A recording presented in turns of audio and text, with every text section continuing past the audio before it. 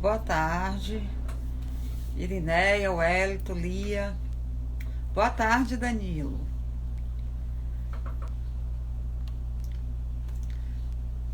A voz, o som, enquadramento.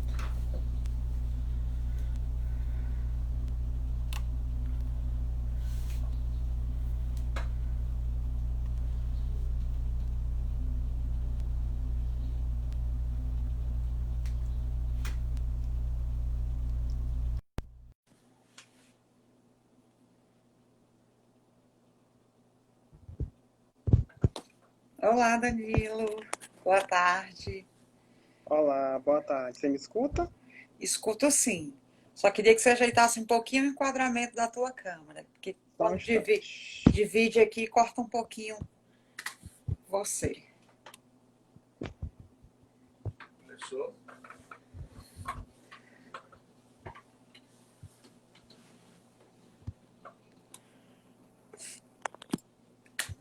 Boa tarde a todos, boa tarde a todas. Quero iniciar agradecendo, a audiência, na live passada. Muitas pessoas participaram, nós estivemos com a professora Solange Teixeira, do Programa de Pós-Graduação da Universidade, discutindo trabalho com família, né? E hoje nós estamos aqui com Danilo, né? Já já eu apresento o Danilo e a live, tá? Vou falar um pouquinho antes, Danilo, do projeto, tá? Depois eu passo a fala para você. Então, pessoal, para quem não me conhece, eu sou a professora Iracilda, né? Esta live ela faz parte do projeto Diálogos e Vivência com SUAS em tempos de Covid-19. É um projeto de extensão financiado pela Pró-Reitoria de Extensão da Universidade Federal do Piauí, né? Coordenado por mim e pela professora Tereza Moura, né? Nós temos vários outros colaboradores e temos um grupo de alunos voluntários e bolsistas que fazem com a gente o projeto acontecer. Nesse momento, eles estão aqui conosco, estão fazendo a monitoria, a relatoria, dando suporte técnico. Então, agradecer, a nossa equipe de execução. Então, o projeto ele propõe exatamente o que o nome dele coloca, que é fomentar o diálogo e o debate sobre a política da assistência social e o SUAS em tempos de Covid-19. Eu, como boa trabalhadora do SUAS que fui, né, junto com Tereza, Rosilene, pensamos esse projeto, especialmente para os trabalhadores do SUAS. Né? E aí, como nossa pretensão é fomentar o diálogo, né, além do conjunto de lives que nós realizamos todas as semanas, às quintas-feiras, 17 horas, né, no meu Instagram, Iracilda Braga H, nós realizamos uma live temática, do projeto. Além disso, nós estamos organizando, um e-book, um livro em formato e-book, com algumas produções sobre a temática. A exemplo, o Danilo, junto com o Antônio e o Anderson, tá certo? Produziram para o e-book um texto que faz a abordagem acerca, do que o Danilo vai conversar conosco hoje aqui, das condições objetivas e subjetivas de trabalho profissional. Esse e-book, quando estiver pronto, a gente vai fazer um evento remoto de lançamento e a distribuição dele será gratuita para todos aqueles que desejarem. Então, a gente ainda está, no trabalho de organização do e-book. Enquanto isso, vamos realizando nossas lives, iniciando o debate. Como eu já disse, a gente conversou com a Solange Teixeira sobre trabalho com família. Hoje, a gente vai estar, estamos aqui com o Danilo, que já está conosco, Danilo Cavalcante. O Danilo é assistente social, trabalhador do SUAS, trabalha no município de Teresina, no CRAI Sudeste 3, ali na região do Dirceu. O Danilo já tem uma boa experiência, já faz algum tempo que ele trabalha ali executando, os serviços da proteção social básica. O Danilo tem especialização pela Faculdade Santo Agostinho, na área de família, políticas públicas e família. Danilo foi meu aluno, inclusive, né, nessa especialização. Tive o prazer de tê-lo como aluno, né? E, Uhum. e vou, a partir de agora, passar a fala para o Danilo. Danilo, você vai ter não mais do que 30 minutinhos, vou estar controlando aqui, tá certo? Vamos trabalhar aqui no limite dos 25, para que a gente dê oportunidade, né, para as pessoas que estão nos assistindo, nos dando audiência, participar também, tá? Então, é, o, o, nós pedimos a todas as pessoas que estão participando da live que possam e que queiram se identificar, que se identifiquem dizendo, né, o nome, dizendo se são trabalhadores do SUAS, qual a profissão, se estão estudando da universidade, qual a cidade que atua, o nível de proteção que atuam dentro do SUAS, ou seja, aqueles que quiserem se identificar, escrevam que nossos alunos vão estar acompanhando. Como também aqueles que quiserem fazer questionamentos, que escrevam no feed, que eu vou estar fazendo as anotações aqui para, no momento propício, conversar com o Danilo e repassar os questionamentos que surjam, tá certo? Então, eu vou estar fazendo esse acompanhamento aqui, tá? Então, Danilo, continuando o nosso debate, o nosso diálogo com você, meu querido. Boa tarde. Boa tarde. Vocês me escutam bem? Sim? Tranquilo, tá ótimo. Pronto, então vamos lá. Como 5 minutos, né, eu Caneta tive e que um bloco. fazer. Eu tomei algumas notas aqui para poder não passar do tempo, né? Porque é um desafio traduzir 18 páginas de artigo em 25 minutos, mas aí nós vamos fazer esse esforço, tá?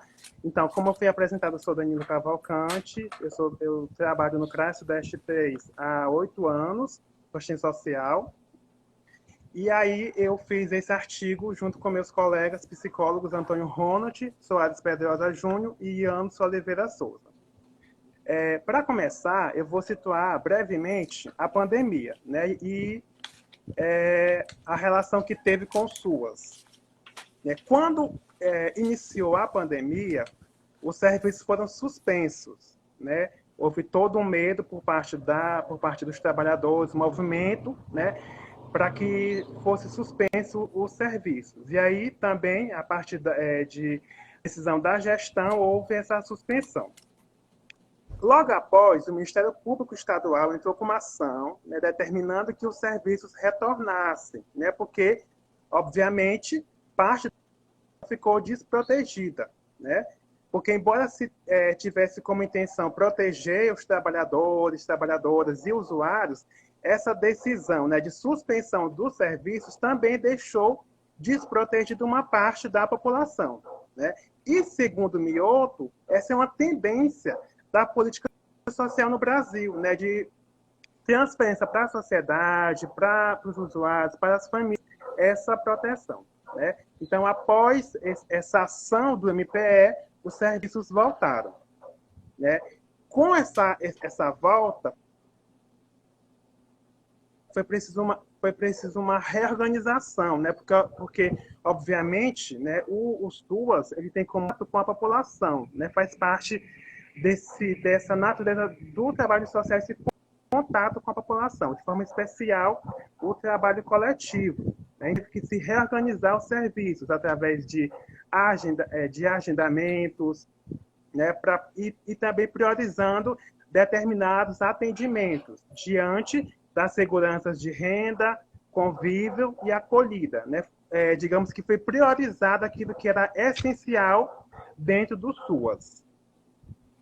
E aí isso afetou todas as políticas, todas as áreas do SUAS, a proteção básica, especial, o cadastro único, serviços, benefícios de um modo geral.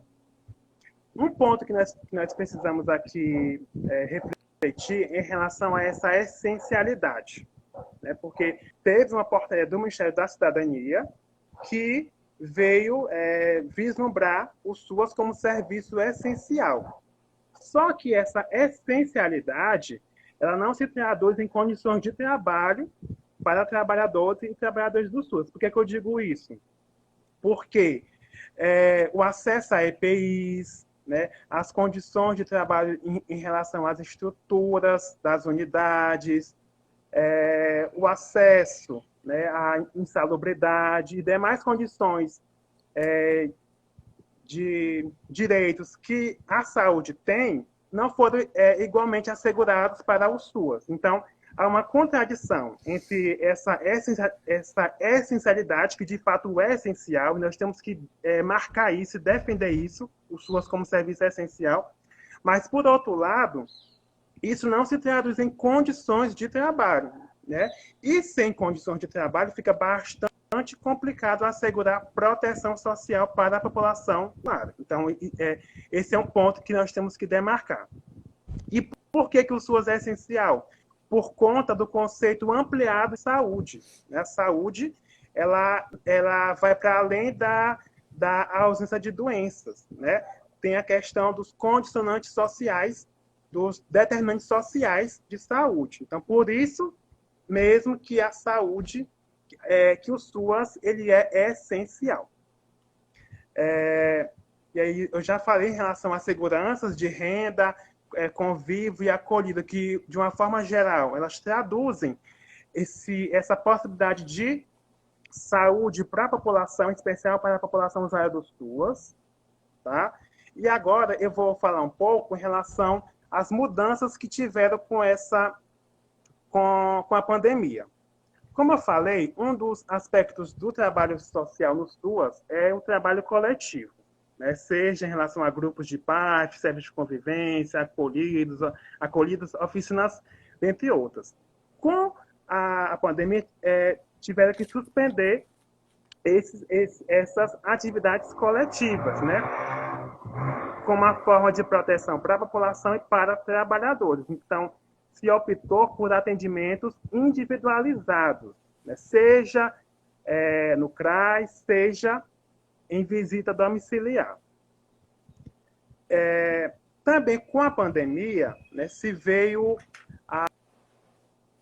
também a opção por trabalhos remotos, né, seja através de ligações virtuais, contato com usuários. Só que isso também vai de encontro a um dilema, que é exatamente o perfil do SUAS, né, que é um público que não tem acesso a uma internet de qualidade, ou quando boa parte tem celular, mas não tem o recurso para manter. Essa questão do mito de acesso à internet é um ponto central na pandemia, porque se acha que todo mundo tem acesso à internet, né? O que não é uma verdade, né? Especialmente para usuários e usuárias do SUAS. Bem como também para todos, né? Porque o acesso à internet no Brasil, nas cidades, não é igual, né? Mesmo na cidade, por exemplo, a zona rural. A zona rural sofre com essa questão da boa qualidade da internet. Então, isso também é um aspecto que também fragiliza esse trabalho de famílias.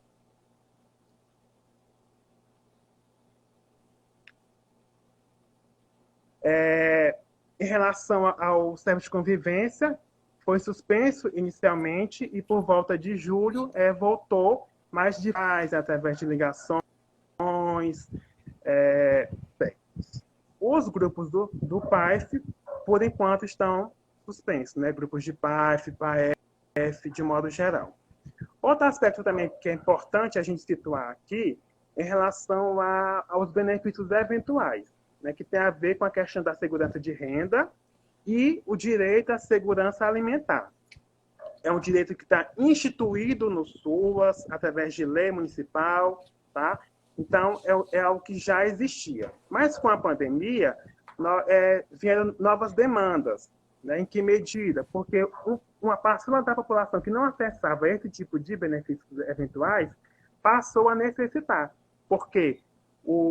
Porque ficaram desempregadas, porque os contratos foram suspensos, porque aquelas pessoas que fazem trabalhos informais, os bicos, né, passaram a ter mais dificuldade de acesso a esse tipo de renda. Então, os benefícios eventuais passam a ter também, digamos assim, uma centralidade, né? E o acesso, no caso de Teresina, se deu através de duas formas, né? Através do fluxo normal, né, que é esse dos benefícios dela no CRAS, e o outro foi através do programa Teresina Solidária, né, que é através de listas de lideranças, igrejas e outros grupos.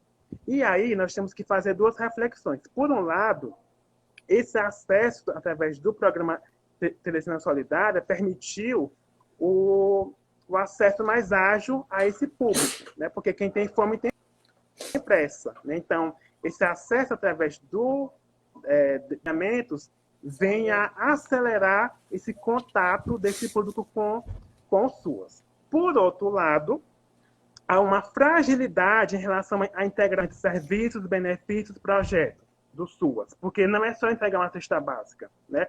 Entregar a cesta básica qualquer pessoa pode entregar, inclusive nós vemos grupos, secretarias fazendo isso, né? Mas no SUAS, entregar a cesta básica vai muito além dessa entrega da cesta básica, né? É entender o que está por trás daquela demanda, quais outras necessidades a família e o indivíduo tem, né? Então, assim, por um lado, né, se agilizou esse acesso à população, mas por outro também há essa fragilidade entre dessa integração de serviços, benefícios, projetos, né, do SUAS. A outra forma é essa forma normal, né, esse do CRAS, dos CRAs, né, e aí também teve essa intermediação em relação às lideranças, que também da mesma forma, né? O lado positivo é que se agiliza esse acesso da população ao CRAS, mas, por outro, né, nós temos essa intermediação, né, que pode gerar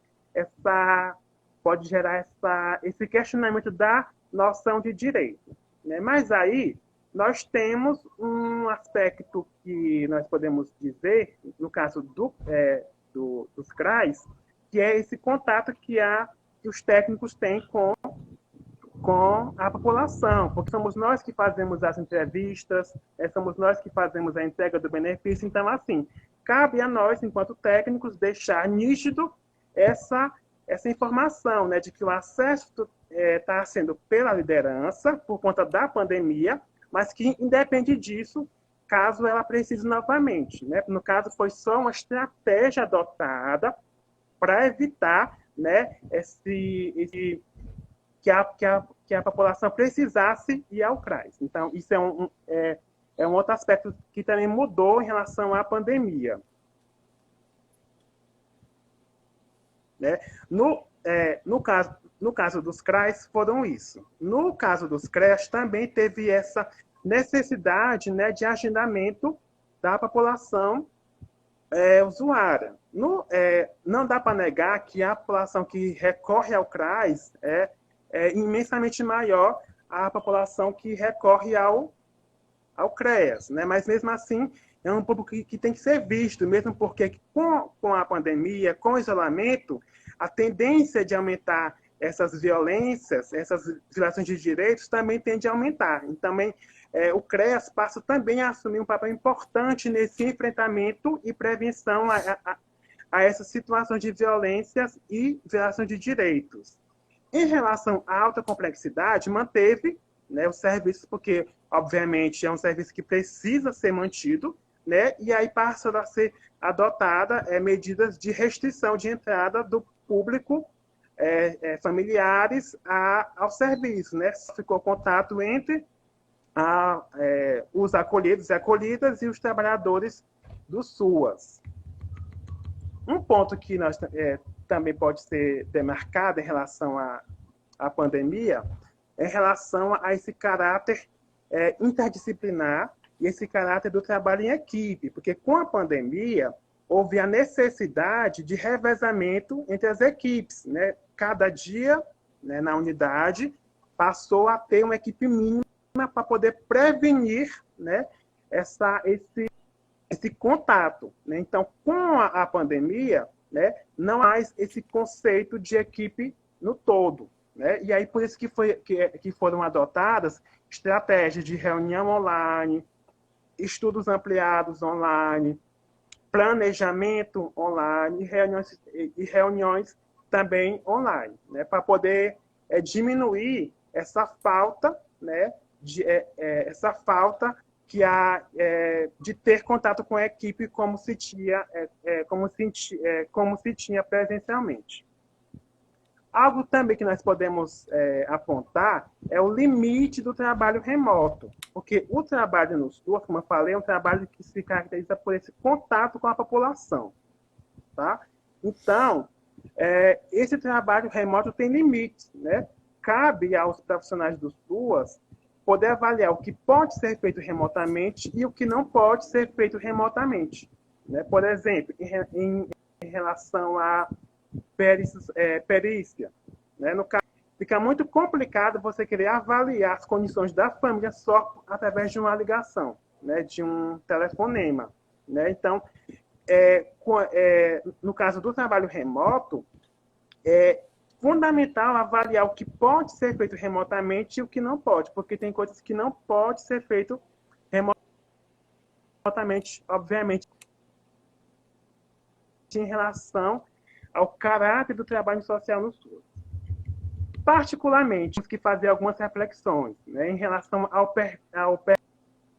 perfil profissional dos trabalhadores do SUAS. Nós temos em relação à equipe de nível superior, realmente, psicólogos, psicólogas e agentes sociais, mas também nós temos uma gama de outros trabalhadores, de nível médio, fundados. Em relação à equipe de nível superior, praticamente toda ela é concursada, né? Inclusive, hoje, nós podemos dizer que o SUAS é em vantagem em relação a uma realidade do Brasil, né? Hoje, né, o total de profissionais concursados no SUAS é tão tal que, em relação ao serviço social, só falta uma profissional para poder completar as equipes, né? Em relação a psicólogos, faltam 7 ou 8 em relação às equipes de CRAS e CRES. Então, assim, hoje nós vivemos uma situação bem mais confortável. Não que se precise cada vez mais avançar, mas, por exemplo, no sul do Brasil e sudeste, lá, os profissionais são contratados por licitação, né? Quem dá menos, quem aceita ganhar menos é contratado. Então, hoje nós temos esse aspecto positivo. Em relação às estruturas, né, das unidades, nós sabemos que em Teresina, boa parte dos equipamentos não são próprios, né? São alugados, são improvisados. Então, isso fragiliza o serviço. É tão tal que tiveram que ser adotadas algumas medidas para poder garantir esse distanciamento social. Questões materiais, como transporte, telefone, também é um ponto central para poder garantir, né, essa essencialidade do SUAS. E aí nós chegamos, talvez, no aspecto mais importante em relação às condições materiais, que são os EPIs. Né? Com a pandemia, né, o EPI deixou de ser algo, um acessório, né? Ele é essencial. Né? Sem EPI, complicado, né, assegurar essa proteção para trabalhadores e também para usuários. Né? E nós sabemos que no SUAS nós temos essa dificuldade, né, de assegurar esses EPIs. Né? Desde simplesmente a máscara cirúrgica, até mesmo os demais em relação à insegurança, né? Porque nós sabemos que as unidades, né, no SUAS, elas sofrem com essa insegurança, os assaltos, os arrombamentos, roubo de computadores, né? Enfim, então essa insegurança também ela fragiliza o trabalho social. Né? Em relação aos aspectos subjetivos, nós podemos citar 2. O medo, né? Porque com a pandemia todos nós fomos como é que eu posso falar assim, nós somos invadidos, né, com essa nova realidade que veio a desafiar, né, a todos nós, gestores, trabalhadores, usuários. Então, assim, o medo é algo que faz parte do nosso dia a dia, porque embora tenham muitos e muitos que questionem essa realidade, que neguem a pandemia, né, quem concorda com a ciência, né, quem crê na ciência sabe que isso não é só uma gripezinha, né, que isso é algo que tem matado milhares, né, de pessoas no Brasil e também no Piauí, em Teresina. Inclusive a subnotificação também é imensa. E aí, chegando quase no final aqui da minha fala, não sei como está meu tempo. Você tem tempo ainda. Pronto, tá? Falar dos desafios e das possibilidades desse trabalho social em tempos de pandemia. E é essencial, e nós temos que reafirmar e defender isso, né? Nós não podemos duvidar disso, seja enquanto gestor, trabalhador, e também, não só afirmar isso, mas de trabalho em consonância com essa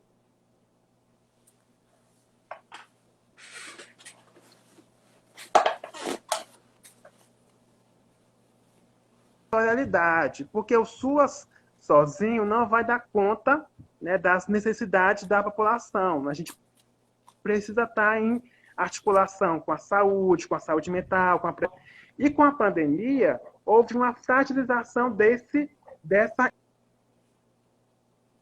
inter-relação, né, por conta que boa parte das instituições elas passaram também a restringir o seu. Ao invés da gente encaminhar a pessoa para aquela instituição,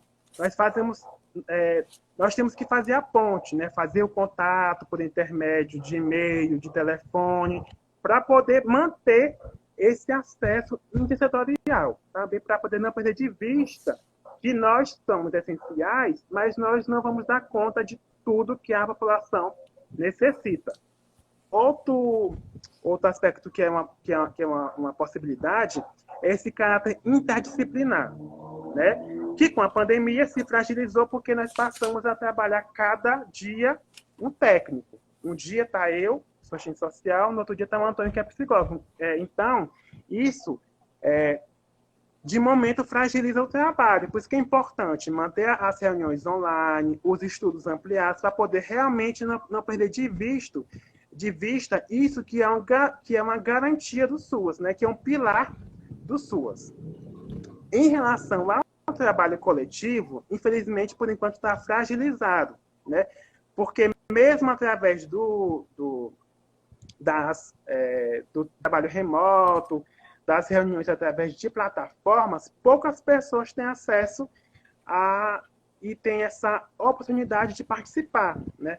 Eu mesmo, que sou técnico do Centro de Convivência na zona rural, de 15 a 20 pessoas que participam lá do serviço, não mais de 5 têm acesso ao Wi-Fi. Então, assim, isso fragiliza muito, né, o serviço. Então, temos que continuar mantendo os atendimentos através de ligações, né, visitas, para também não perder de vista esse contato com a família e com os indivíduos. Também para poder garantir são as violências, porque uma pessoa que está no centro de convivência, né, que nós vamos deixar de ter esse contato direto, nós temos que criar estratégias para poder manter esse contato de outra ação, para poder vislumbrar possíveis situações de violência ou violação de direitos. Outro ponto que também é uma possibilidade e que por enquanto está fragilizado é o controle social, né? Porque nós sabemos que nós fazemos uma série de medidas, grupos, discussões para poder provocar esse protagonismo na população. E isso é feito basicamente através do trabalho coletivo, o que está suspenso por hora. Então, é um desafio muito grande manter nesses atendimentos individuais, né, essa perspectiva da população de requerer os seus direitos, né, de manter essa noção de que tudo que ela sofre não é específica a ela. Então, é um desafio também, mas uma possibilidade que tem que ser sempre investida. Outro ponto que também é um limite é a questão do orçamento. Nós sabemos que o orçamento no SUAS vem sofrendo já há anos. Né? Sempre foi escasso o nosso orçamento, embora tenha aumentado esse investimento em programas, né? No caso do Bolsa Família e do BPC, mas no caso dos serviços, esse recurso sempre foi frágil, né? E nos últimos anos também ele vem sofrendo cada vez mais cortes. Inclusive, a luta hoje é para poder assegurar esse orçamento do ano passado, né? Para poder manter os serviços. E com a pandemia não há dúvidas, né, de que nós vamos precisar manter um SUAS cada vez mais fortalecido. Nós vamos precisar cada vez mais de investimentos. E isso é feito através de recurso público. Né? Não dá para manter uma política pública sem orçamento público. E aí nós também temos que, talvez, pensar numa discussão do Pacto Federativo, né, para poder, né, assegurar os recursos da União, do Estado e do município. Talvez seja uma outra possibilidade. Eu também quero falar aqui rapidamente em relação aos mitos que existem. Você conclui com os mitos, tá bom? Estou concluindo com os mitos. Eu quero falar um pouco em relação aos mitos que rondam essa pandemia. Né? Há uma romantização em relação ao home office, né? Que você está em casa, você trabalha menos, né? Mas é o contrário, né? Porque no GIAD nós trabalhamos muito mais, né? Por dia que eu estou na unidade, eu tenho feito cerca de 20 atendimentos, entre visitas, atendimentos, ligações. Então, nós temos que nos desdobrar para poder assegurar aquele atendimento. Fora aqui em casa, são relatórios, prontuários, enfim. Outro mito em relação ao novo normal, né? Porque não existe novo normal, porque não dá para falar em algo novo se nada mudou. Então, na verdade, temos um mais do mesmo, né? E também tem a ver com outro mito, esse discurso que nós temos que nos reinventar. Eu concordo que nós temos que nos reinventar, né? Mas o que eu vejo não é reinvenção, né? É submissão à precarização. Isso que eu vejo, né? De fato, há uma necessidade de reinvenção para além da pandemia. Isso é fundamental. Mas o que eu vejo não é isso, né? O que eu vejo é mais do mesmo. E para finalizar mesmo, dizer que por que eu estou aqui, né? Porque eu, juntamente com o Anderson e o Antônio, fizemos esse artigo que vai ser publicado pela UFP, né? Foi um desafio imenso fazer esse artigo através de meio remoto, né? Mas aí nos deu muito orgulho do resultado, porque para além né, nós fizemos realmente uma discussão bem profunda, né? E aí eu quero agradecer a Iraci, da Tereza, todo o corpo que faz parte desse projeto. É fundamental afirmar e defender a ciência, né? Afirmar e defender o conhecimento. E aí eu penso que vocês cumprem algo que é fundamental, né? Em tempos que tem que se dizer o óbvio, eu penso que nós temos que reafirmar a defesa da vida, e a defesa da vida com direito. Obrigado. Danilo, nós que agradecemos.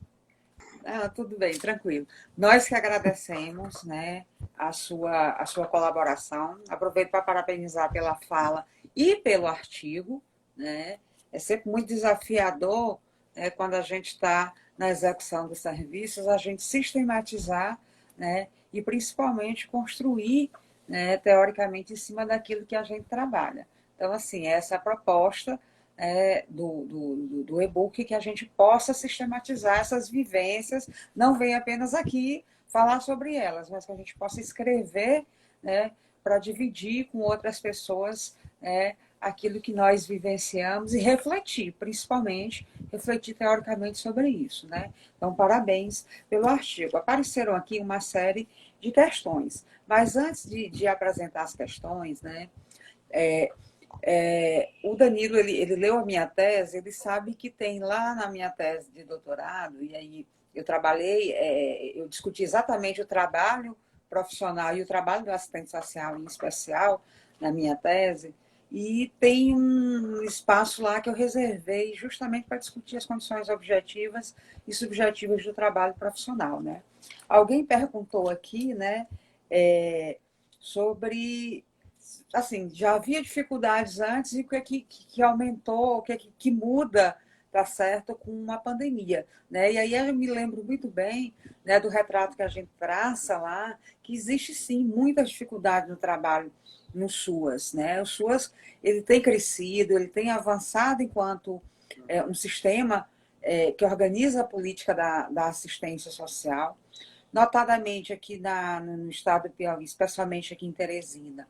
SUAS cresceu muito nos últimos anos, né? Você sai de um CREAS, de alguns poucos CRAs, para imediatamente ampliar isso para 4 CREAS, para 17 CRAs. Hoje nós estamos com 19 CRAs, com uma rede de média e alta complexidade, tá certo? Que vem atendendo as demandas, e existem N outras demandas, né, para serem atendidas ainda no âmbito da assistência social. Houve vários avanços, concurso público, como Danilo, né, citou, é um avanço importante, né? Eu fui da assistência social, trabalhei na gestão, mas trabalhei em CRAS também, e fiz o concurso de 2009, né, estive até o início desse ano na Secretaria de Assistência do município. Então, a gente avalia como um avanço os concursos que aconteceram depois também, para assistente social, para psicólogo. Né? É importante que a gente estruture as equipes de referência, né, nos serviços da assistência social, para que a gente possa prestar um serviço de qualidade em todos os equipamentos sociais da assistência social. Né? Mas, né, mesmo tendo muitos avanços, tem muita dificuldade. Nosso DECRAS, nosso DECRES ainda é baixo, tendo em vista as próprias condições físicas, né, de estrutura das unidades de serviço, e se identifica isso como algo que tem que avançar. A gente avançou nas equipes, a gente precisa avançar também na estrutura, os prédios alugados, né, uma série de questões. Né? E com a pandemia, né, de acordo aqui com a fala do Danilo, considerando sempre que a política da assistência social é, tá certo, um serviço essencial, é uma política essencial nesse momento. Tá certo? Porque as pessoas se veem fragilizadas, as pessoas se veem com medo, assim como nós também somos pessoas, somos trabalhadores, né? Nós também temos medo, né? Mas as pessoas, público da assistência social, elas já se sentem fragilizadas, e são fragilizadas de diversas formas, são desassistidas de diversas formas. E nesse momento em que elas necessitam, tá certo? Do auxílio da política, do amparo social da política da assistência social, se ver sem a política seria muito complicado. Então, é sim um serviço essencial, na perspectiva em que ela atende, né, na sua maioria, a população pobre, que é a população, como a gente vê nas pesquisas, que é a população que mais sofre nesse momento. São os pobres, tá certo? São os negros, tá certo? São mulheres que já eram sobrecarregadas e continuam sendo sobrecarregadas, e que some-se a isso o aumento de violência contra essas mulheres, é a falta de recursos financeiros para alimentação mesmo, por falta do trabalho, por falta da condição até de fazer o bico. Muitas pessoas, né, público da assistência social, não tem emprego formal, portanto, trabalho daquilo que a gente chama de bico, tá certo? E esses também estão mais restritos nesse momento, uma vez que as pessoas estão em isolamento social, né, e que o medo, né, tem afastado a possibilidade da realização desse trabalho. Questão do acesso remoto, do acesso à internet, né, a questão da insegurança, e aí já vindo aqui para os profissionais, já existiu com a baixa circulação de pessoas, imagino, né, que isso aumente, a questão dos equipamentos de proteção individual, né? A fragilidade do trabalho interdisciplinar, porque é uma coisa que nos fortalece, que fortalece, na verdade, Eu, às vezes, tenho esse hábito ainda de me colocar como trabalhadora do SUAS, né? Mas que fortalece o trabalho lá no SUAS é a perspectiva do trabalho interdisciplinar, né? É de que você ter o outro, o olhar do outro ali, que te fortalece, que te socorre, que ajuda a compreender melhor a realidade social dos nossos usuários. Então, esse trabalho, ele está prejudicado uma vez que as equipes estão bem divididas, né, nesse momento. E aí os desafios, eles são imensos, imensos, imensos nessa perspectiva. Então, assim, passando aqui para você algumas das questões que eu consegui capturar, né, elas são, na verdade, na mesma direção. Então, eu gostaria que tu começasse a falar, pergunta assim, qual é a maior demanda do teu território, tá certo? Então, assim, o que é que o Danilo faz hoje, né? Danilo, ele tem uma perspectiva de trabalhar não todos os dias mais naquele horário regular. O Danilo se distribui com a equipe em determinados dias. Vi que sua gerente está aqui. Obrigada pela audiência, Edna. Tá certo? Então, nos dias, né, que o Danilo trabalha ali, ele tem perspectiva. Qual a demanda que chega lá no teu território, né? Quais são aí os desafios, né, da equipe no que diz respeito ao acesso dos usuários àquele serviço nesse momento, né? O trabalho com famílias que já apresentavam dificuldades antes, e nós já apontamos, né? Apresenta maior dificuldade agora, tá certo? Você só reforçar um pouquinho essa dificuldade, né? O que mais? E como a precarização do trabalho, tá certo? Ele reflete, perdão, nesse momento da pandemia, né? Então, acho que são essas questões. Bem rapidinho, Danilo, tá certo? Bem rapidinho mesmo, 5 minutinhos. Falta quanto tempo para terminar? Vou tentar aqui. Tá, assim, em relação às principais demandas nos dias que nós estamos na unidade. Em primeiro lugar, em relação à requisição, a benefícios eventuais, cesta básica, enxoval, auxílio financeiro. Esses, de fato, são as principais demandas, porque, obviamente, são as principais demandas que a família vem requisitar diante desse cenário de pandemia. No mês passado, eu entreguei, né, cerca de 69 benefícios eventuais, entre cesta básica, enxoval e auxílio financeiro, sendo que a maior parte foram cestas básicas. Então, a maior demanda é essa. Outra demanda diz respeito à questão da previdência social, né, em relação ao BPC. Muitas pessoas que estão ainda na fila de análise, que não têm acesso à internet, elas vão aos CRAs para poder saber se já foi liberado o benefício, ou para dar entrada pela primeira vez, para acompanhar o processo.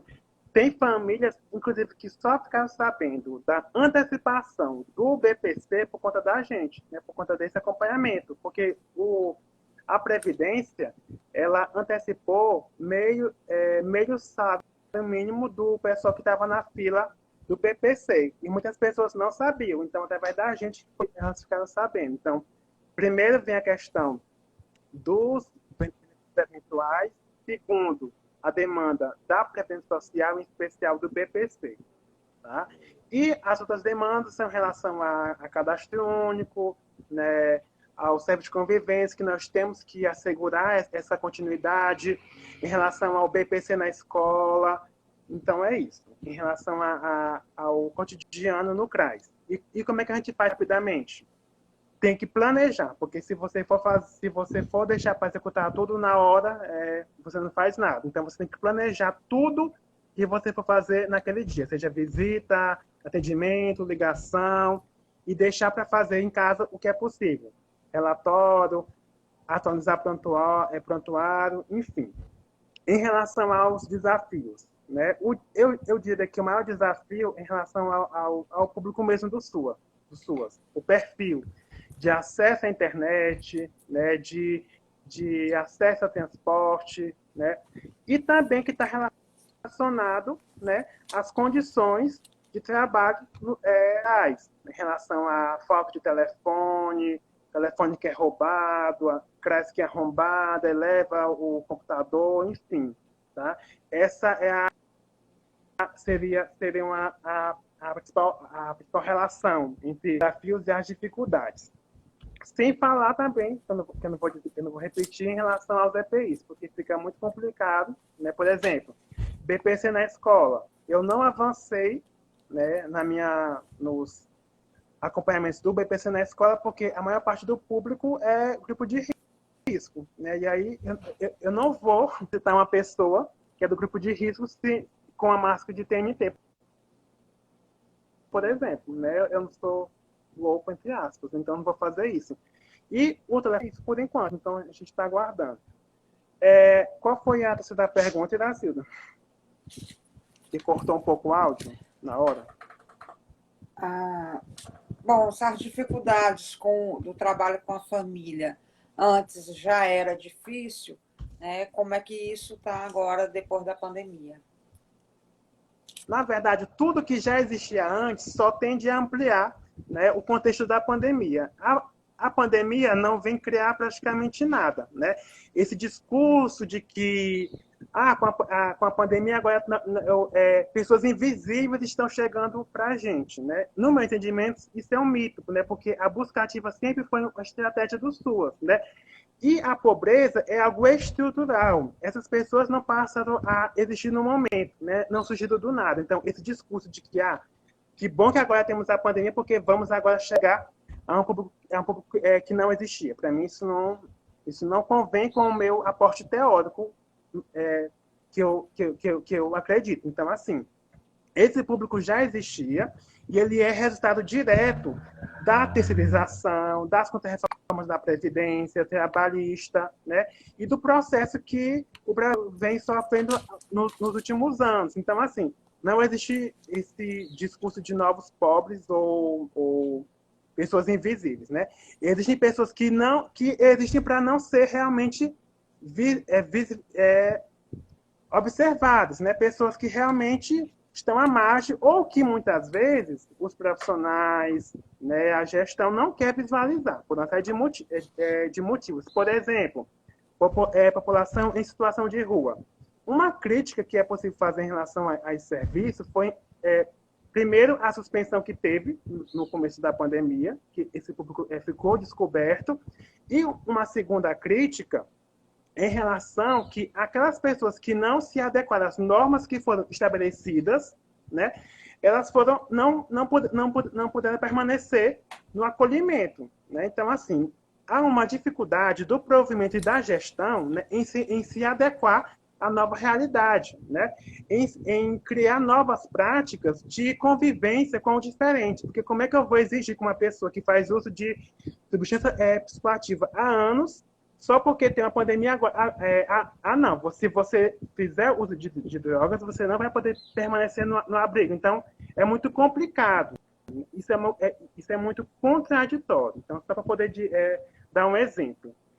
Para finalizar, eu queria só dizer assim, que nós realmente temos que afirmar essa defesa do SUAS. Eu penso que se não fosse o SUAS, mesmo com tantas contradições, com tantas fragilidades, né, a população estaria muito mais desprotegida. É o SUAS que vem assegurando essa proteção, né, a trancos e barrancos, né, e boa parte desse processo se dá, né, por conta dos trabalhadores e trabalhadoras dos SUAS, né, que estão atendendo mesmo sem EPI, sem condições. Então, o SUAS é essencial, sim, tem que ser defendido e reafirmado sempre, e sempre temos que lutar por mais condições de que também não está separado dessa condição de atendimento para a população, porque ninguém quer máscara para atender a população. É isso. Bom, Danilo, ainda apareceu aqui com relação à questão da demanda espontânea, como é que, né, dentro desse planejamento de vocês, a demanda espontânea ela está sendo atendida. Rapidinho, viu, Danilo? Na verdade, embora se tenha agendamentos, a demanda espontânea nunca desapareceu. né? E, na verdade, é um mito também dizer que o CRAS está atendendo menos, né? A população nunca deixou de procurar o CRAS, né? E embora nós façamos esse agendamento e esse planejamento, nós continuamos atendendo esse público que procura a gente, para poder também não deixar desprotegido, mesmo porque o agendamento seria por telefone, mas muitas pessoas não têm esse acesso. Então, nós continuamos atendendo demanda espontânea e os agendamentos. Ok. Bom, pessoal, ainda, acho que para contribuir aqui, para fechar, né, é interessante, o Danilo colocou na fala dele, né, mas é interessante a gente fazer também uma reflexão sobre uma questão que tem afetado a assistência social como um todo, né? E não é de hoje, que é a questão do financiamento, né, da Seguridade, especialmente o financiamento da política da assistência social, né? A gente sabe desde 2016, com a emenda 95, isso só vem piorando, né? A emenda, ela restringiu bastante, né? E todo o orçamento da Seguridade, na verdade, né, há aí há um mascaramento. Na verdade, se tira dinheiro da Seguridade e você leva para outros setores, né? E vai cada vez mais fragilizando as políticas da Seguridade Social, que são políticas que, nesse momento, são fundamentais para garantir a proteção social da nossa população, que é a saúde, né? Que é a Previdência Social, que está um caos aí. Hoje eu vi uma reportagem de que estão recebendo os documentos que deveriam ser digitalizados, como a população não está conseguindo digitalizar e colocar lá no sistema, estão fazendo uma caixa de papelão nas agências, para as pessoas lacrarem, botarem o envelope lá com os documentos, tá certo? Nessas agências, sem ter um recebido, sem ter uma garantia, sem ter nada, né? E a nossa política da assistência social, tá certo? Tem sofrido também. Então, assim, os recursos financeiros têm diminuído, né? A gente já apontou isso também, inclusive na live anterior, né? Não está havendo recurso, tá, suficiente para garantia dos serviços. Então, houve um corte muito grande do ano passado para esse ano, tá? O repasse não está acontecendo. A questão do cofinanciamento estadual, que iniciou, tá certo? Houve um ensaio muito bom ali em 2018, tá certo? Chegou a algum recurso, mas que parou também. Então, municípios como um todo, todos, né, estão muito sobrecarregados com o financiamento da política da assistência social, e isso, né, vai resvalar no trabalho, né, lá nas condições de trabalho, lá nos serviços da política da assistência social. O recurso, o município de Teresina tem profissionais que são concursados, esses profissionais não são pagos com recurso da transferência, isso é perfeito, isso é muito bom, e isso foi uma briga muito grande dos gestores que estavam à frente da assistência social, quando o CNAS autorizou, inclusive, que isso foi feito. Mas muitos municípios piauienses utilizam esse recurso para pagar as equipes, né? Assim como os recursos para o próprio provimento do serviço, para, né, os equipamentos, que também não é uma prática nossa, como diferente. A saúde já tem dificuldade, até porque a demanda dela é bem diferente, ela tem um contato maior com as pessoas que estão adoecidas, mas nós não temos, né, geralmente essa preocupação de estar utilizando determinados equipamentos. Na verdade, nós não temos essa cultura no Brasil de ter essa proteção. A pandemia que tem nos mostrado essa necessidade, né? E que a gente tem verificado que isso é, inclusive, uma questão de urbanidade, uma questão de respeito com o outro, tá certo? No sentido não apenas dessa doença, mas de outras doenças que a gente possa ter. A gente precisa estar se prevenindo e preservando os outros também, né? Lembro, eu sou professora, nunca deixei de dar uma aula porque estou gripada. Nunca deixei. Na verdade, deixei agora no início da pandemia. Eu gripei nas vésperas da universidade suspender as aulas, e aí eu, né, com medo, por conta da pandemia, né, eu não fui dar aula naquele dia, tá certo? E logo foram suspensas as aulas já naquele dia para o dia seguinte na universidade. Mas, no geral, a gente não faz isso. No geral, a gente vai no sacrifício, tá certo? E a gente precisa criar uma cultura com relação a isso também. Mas o financiamento tem sido, como disse a Iraneide, minha colega Iraneide Cristina, tá certo? Tem sido nosso calcanhar de Aquiles, né? Porque sem financiamento nós não temos como fazer o dia a dia da política, do provimento dos serviços que tem sido tão desafiador para nós nesses dias.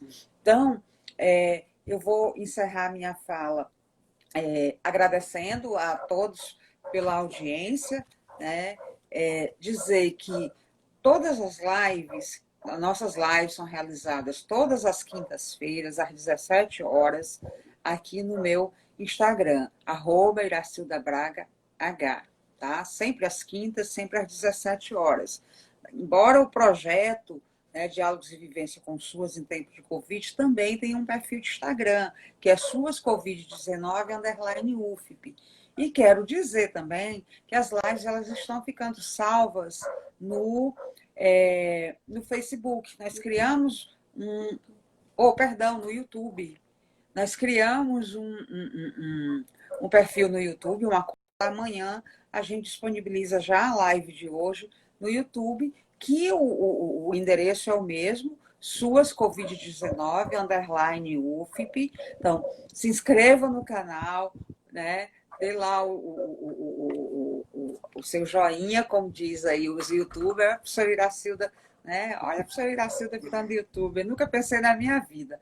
Mas, enfim, tá? E assistam, né, novamente, divulguem, né, as lives, o debate que a gente está fazendo nessa perspectiva de contribuir. Próxima live, tá certo? Será da quinta, às 17 horas, com a professora Rosilene. A professora Rosilene vai trazer um perfil geral da política da assistência social, né, em tempos de Covid. Ela tem estudado isso na América Latina, então vai trazer essa contribuição para a gente, tá? Então, aguardamos todos vocês, todas vocês, tá? Agradeço imensamente a sua colaboração, Danilo, né? Ser uma pessoa que sempre teve a minha admiração enquanto profissional, né?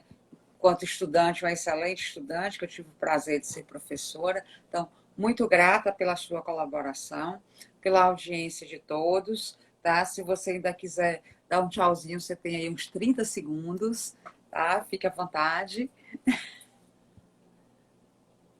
Quero só mesmo gratidão, professora, por você ter me convidado e a quem participou da live. Eu penso que hoje os desafios são imensos, mas nós estamos aqui, né, para poder avançar através do contraditório, da discussão, né, do pensar diferente. Eu penso que para isso que existe o conhecimento, a ciência, né? Não me considero dono da verdade, né? Apenas são algumas verdades que eu estou colocando aqui, mas eu penso que é nisso que nós vamos avançar, através da discussão, né, através do debate. E, acima de tudo, através da defesa da vida e da vida com os direitos. Vivo SUAS!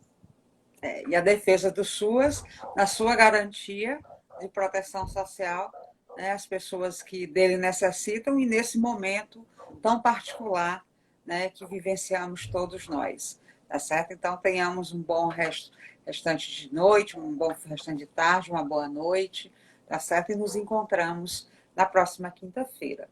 Muito obrigada a todos e a todas. Obrigada, Danilo. Tchau, tchau. Tchau.